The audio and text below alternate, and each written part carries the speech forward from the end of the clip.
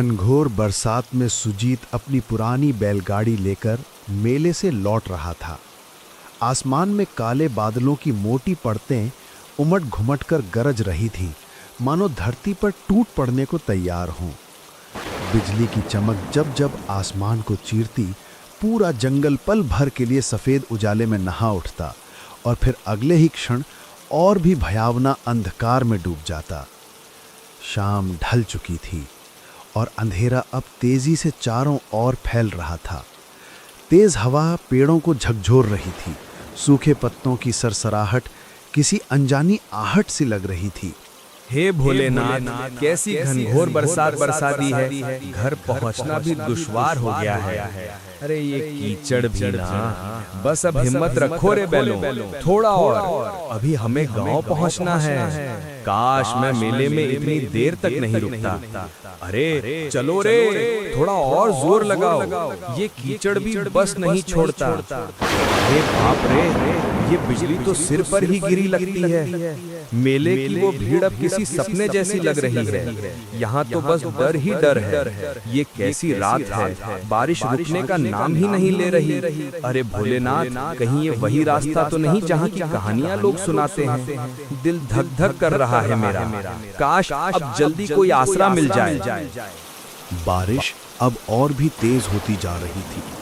बूंदें इतनी वेग से गिर रही थीं कि चेहरे पर पड़ते ही हल्की सी चोट का एहसास होता था। आसमान में बिजली बार बार चमक रही थी और बादलों की गड़गड़ाहट से धरती जैसे कांप उठती थी। चारों ओर सन्नाटा पसरा हुआ था। ना कोई इंसान, ना कोई आवाज, बस बारिश की लगातार ध्वनि और दूर कहीं से आती जंगली जानवरों की डरावनी आवाजें। सुजीत का दिल जोर जोर से धड़कने लगा। उसने इस रास्ते के बारे में कई डरावनी कहानियां सुनी थीं। तभी अचानक उसे दूर कहीं से मंदिर की घंटी की आवाज सुनाई दी। अजीब बात ये थी कि वो आवाज बारिश के शोर के बीच भी साफ और गूंजती हुई सुनाई दे रही थी। सुजीत ने ध्यान से सुना। हाँ, ये निश्चित ही किसी मंदिर की घंटी थी। अरे ये आवाज, ये तो मंदिर की घंटी जैसी लग रही है। हाँ बिल्कुल, पर इतनी तेज बारिश में कौन बजा रहा होगा इसे? सुजीत ने बैलों को उस आवाज की दिशा में मोड़ दिया। कुछ दूरी तय करने के बाद उसे घने पेड़ों के बीच एक बहुत ही पुराना शिव मंदिर दिखाई दिया। मंदिर पत्थरों से बना था और देखने में काफी जर्जर व प्राचीन लग रहा था। पर अजीब बात यह थी कि उसके भीतर से हल्की सी रोशनी झिलमिला रही थी। सुजीत ने अपनी बैलगाड़ी मंदिर के पास रोकी और उत्सुकता व डर के मिले जुले भाव के साथ जल्दी से मंदिर के अंदर चला गया। मंदिर बाहर से जितना पुराना लग रहा था, अंदर उतना ही स्वच्छ और शांत था। शिवलिंग के सामने अगरबत्तियां जल रही थीं और चारों ओर दूध और चंदन की हल्की सी खुशबू फैली हुई थी। ऐसा लग रहा था जैसे किसी ने अभी अभी पूजा की हो, मगर वहां कोई दिखाई नहीं दे रहा था।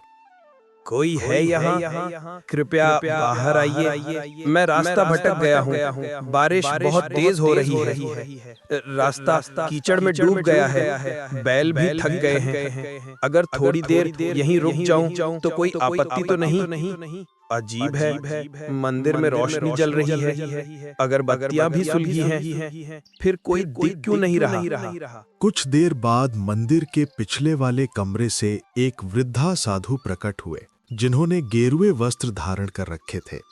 उनकी आंखों में गहरी शांति थी, पर चेहरे पर किसी गहरी चिंता की छाया साफ झलक रही थी। कौन हो तुम बेटा? इस तूफानी रात में यहाँ कैसे आ पहुँचे? महाराज, मैं पास के गांव से लौट रहा था।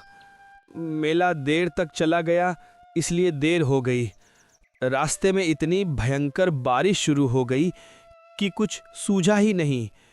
तभी मंदिर की घंटी की आवाज सुनी और यहाँ चला आया। वे कुछ क्षणों तक सुजीत को निहारते रहे, मौन और स्थिर। फिर धीरे धीरे शांत स्वर में बोले, इस समय जंगल में रुकना उचित नहीं है। ये जगह दिन में भले शांत लगे, पर रात में इसका रूप बदल जाता है। हर आवाज का यहाँ कोई ना कोई अर्थ होता है और हर सन्नाटे में कोई छिपा हुआ स्वर। बेटा, अगर तुमने बाहर की घंटी सुनी है तो जान लो, वो हर किसी को नहीं बुलाती। मगर महाराज, आप कह रहे हैं कि वो घंटी हर किसी को नहीं बुलाती, इसका क्या मतलब है? साधु ने एक गहरी सांस ली। उनकी आंखों की शांति अब गंभीरता में बदल गई। कुछ पल तक वे मौन रहकर सुजीत को ध्यान से देखते रहे, मानो उसके भीतर कुछ खोज रहे हों। फिर धीरे से बोले, बेटा, आज की रात यहीं मंदिर में रुक जाना। बाहर तूफान अभी थमने वाला नहीं है, मगर मेरी बात ध्यान से सुन। आधी रात के बाद अगर कोई आवाज सुनाई दे, चाहे कोई पुकारे, रोए या तुम्हारा नाम ले, किसी भी हालत में इस मंदिर की सीमा के बाहर मत जाना। याद रखना, हर आवाज इंसान की नहीं होती। सुजीत को साधु की बात कुछ अजीब जरूर लगी, पर उनके चेहरे पर झलकती गंभीरता देखकर साफ महसूस हो रहा था कि वे मजाक नहीं कर रहे थे।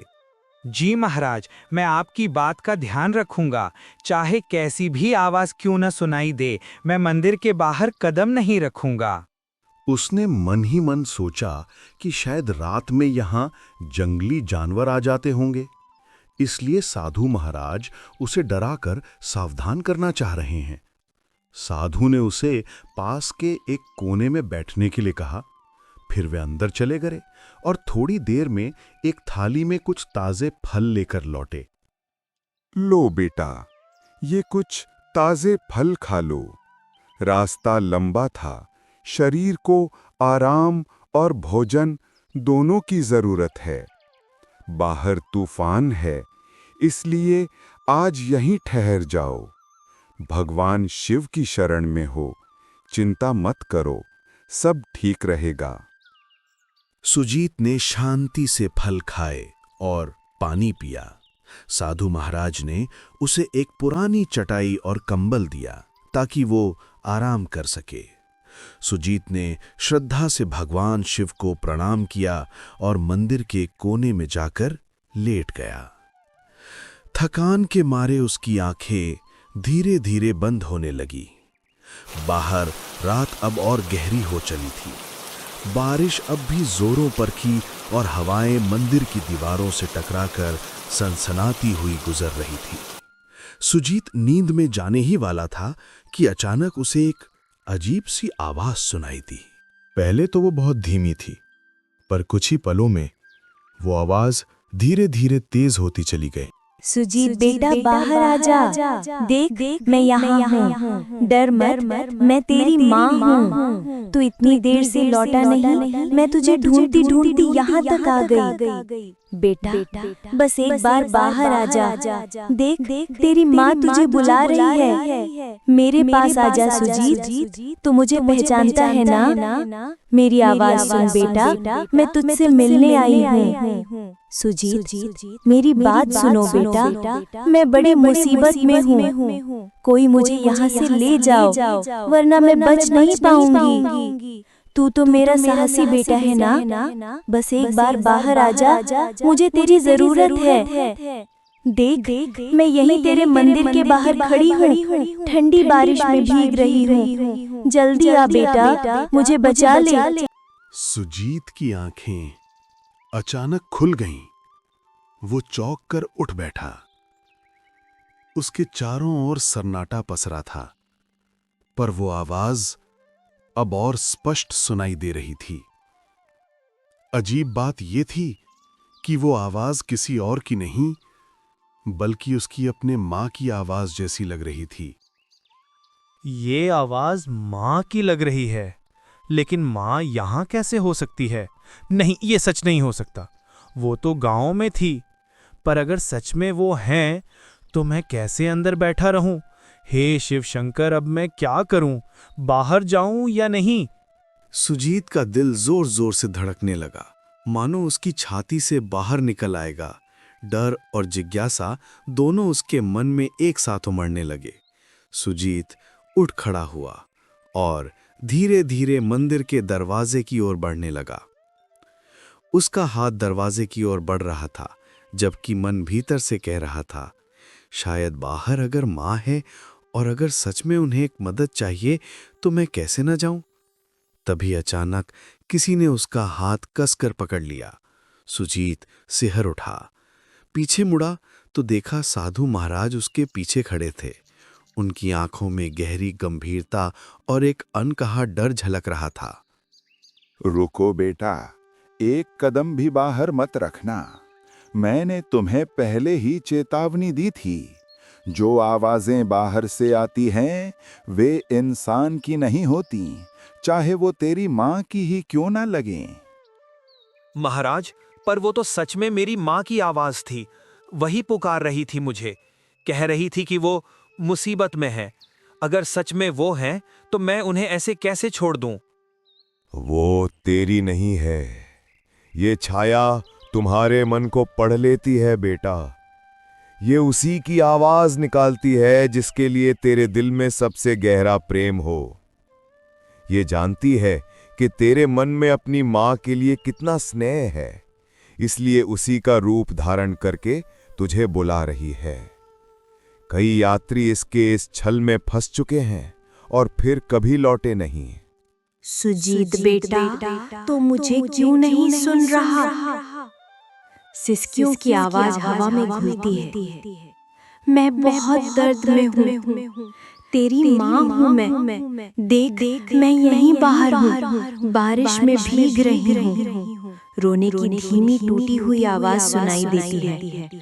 मुझे अकेला मत छोड़ बेटा, बस एक बार बाहर आ जा। अगर तू नहीं आया तो मैं बच नहीं पाऊंगी। साधु महाराज, छोड़ दीजिए मुझे। वो मेरी माँ है, उनकी आवाज मैं पहचानता हूँ। आप समझ नहीं रहे, वो मुसीबत में हैं। मुझे उनकी मदद करनी ही होगी। कृपया जाने दीजिए, मैं उन्हें ऐसे नहीं छोड़ सकता। वो मुझे पुकार रही हैं। याद रखना, अगर तू बाहर गया तो तेरा नाम भी उनमें शामिल हो जाएगा। साधु ने झटके से सुजीत को वापस अंदर खींच लिया और जमीन पर बिठा दिया। फिर वे सीधे शिवलिंग के सामने जाकर पद्मासन में बैठ गए और ऊंचे स्वर में मंत्र जपने लगे। ओम नमः शिवाय। ओम त्र्यंबकम यजामहे सुगंधिम पुष्टिवर्धनम। ओम नमः काल भैरवाय। ओम हुजु सह रुद्राय नमः। हर हर महादेव। रक्षामि रक्षामि महाकाल देव। पंडित, तुम कितना भी मंत्र जप कर लो, मुझे नहीं रोक पाओगे। मैं फिर आऊंगी, बार बार आऊंगी। जब जब कोई इस मंदिर में कदम रखेगा मैं उसे पुकारूंगी। तुम मुझे बांध नहीं सकते। मेरी छाया हर दिशा में फैली है, हर हवा में मेरा नाम गूंजता है। ओम नमः शिवाय। उनके मंत्रों की गूंज पूरे मंदिर में फैल रही। ओम नमः काल भैरवाय। धीरे धीरे बाहर की आवाज बढ़ने लगी, हर हर, मगर पूरी तरह से थमी नहीं। रक्षामि रक्षामि। साधु ने मंत्र जाप जारी रखा। उनके माथे पर पसीने की बूंदें चमकने लगी थीं और पूरा मंदिर एक अजीब रहस्यमयी ऊर्जा से भर गया। सुजीत डर के मारे कांप रहा था, उसका दिल तेजी से धड़क रहा था। अब डर मत करना बेटा, वो शक्ति अब लौट गई है। इस मंदिर की रक्षा स्वयं भोलेनाथ करते हैं। तुम अब निश्चिंत होकर सो जाओ, मैं यहीं बैठा रहूंगा। कुछ देर बाद बाहर की सारी आवाजें एकदम थम गई। अब बस बारिश की लगातार गिरती बूंदों की आवाज रह गई थी। सुजीत कांपते हुए वापस अपनी चटाई पर लेट गया, मगर उसकी आंखों में नींद कहां थी। वो पूरी रात जागता रहा। जब सुबह की पहली किरण मंदिर के अंदर पहुंची तो सुजीत धीरे धीरे उठा और बाहर निकल आया। बारिश अब थम चुकी थी, लेकिन मंदिर के चारों ओर जमीन पर अजीब से पैरों के निशान बने हुए थे, जैसे कोई अनजानी चीज रात भर मंदिर के इर्द गिर्द घूमती रही हो। तभी साधु महाराज अपनी कुटिया से बाहर आए। उन्होंने चारों ओर देखा और गहरी सांस ली, मानो किसी लंबे संघर्ष के बाद राहत मिली हो। देख रहे हो बेटा, ये निशान, ये उसी छाया के हैं जो पूरी रात मंदिर के चारों ओर मंडराती रही। वो कोशिश कर रही थी कि तुम्हें बाहर खींच ले जाए, तुम्हारे मन के प्रेम का इस्तेमाल करके तुम्हें अपने जाल में फंसाए। पर भगवान शिव की कृपा से वो इस मंदिर की सीमा पार नहीं कर सकी। ये रेखाएं उसकी असफलता की निशानी है। वो अब भी मुक्ति नहीं पा सकी, इसलिए हर तूफानी रात में लौटती है किसी नए मन को बहकाने। महाराज, ये छाया आखिर कौन है? क्यों हर रात यहाँ आती है और क्यों मुझे अपनी माँ की आवाज में बुला रही थी? इसका क्या रहस्य है? इसकी पिछली कहानी क्या है? बेटा, ये छाया कोई साधारण आत्मा नहीं है। कभी ये भी एक इंसान थी, एक औरत जो अपने पति की मौत के बाद पागलपन की हद तक टूट गई थी। कहा जाता है कि वो अपने दुख में इतनी डूब गई कि उसे जीते जी शांति नहीं मिली। एक तूफानी रात में उसने इसी जंगल में अपनी जान दे दी। तभी से उसकी आत्मा इस जगह से बंध गई। वो अब भी अपने अकेलेपन और दर्द से मुक्त नहीं हो पाई है। वो अपने दर्द में सबको शामिल कर लेना चाहती है। वो जानती है कि इंसान का सबसे बड़ा प्रेम किससे होता है? अपनेपन से, अपनी माँ से, अपने बच्चों से। इसीलिए वो उसी आवाज में पुकारती है ताकि जो सुन ले वो खुद को रोक ना सके। कई यात्री उस केस छलावे में फंस चुके हैं और फिर कभी लौटे नहीं। वही सब उसकी छाया में समा गए, उसी के दुख का हिस्सा बन गए।